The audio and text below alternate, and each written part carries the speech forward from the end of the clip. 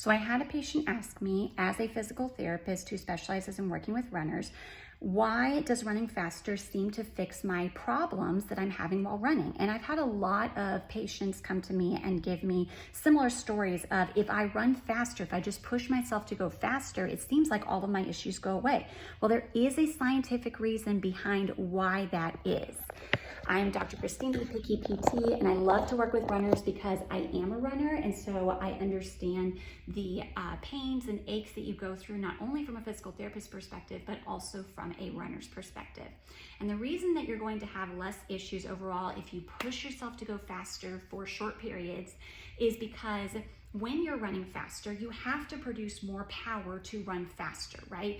Now that could be that you're turning your feet over faster, that could be that you're taking longer strides, but usually it means that you're forced to use your larger muscle groups like your glutes, rather than using your smaller muscle groups like your calves to help propel you forward if you're going to go faster.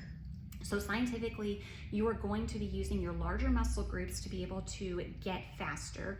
Typically, if you're using your larger muscle groups, especially the ones in the posterior chain, you're going to be taking longer strides, which I always tell people is what I want out of your running form. I want a longer stride behind you, not reaching out in front, but behind you. And that naturally happens when you try to run faster and use your glutes.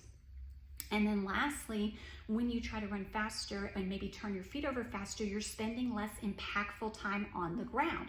So to demonstrate, what I'll tell people is, when you're running fast, instead of taking longer as you land and everything collapses as you're landing, causing issues in your hips, your knees, your ankles, as you're running faster, you stay up, easier up in your body, rather than having as much time on the ground where things are sinking because of gravity and because of weakness. So if you are having some temporary issues with running, some temporary pains that have just come up out of the blue, try running faster for short periods. Okay, we're talking 30 seconds to maybe 2 minutes, and see if that helps alleviate your symptoms.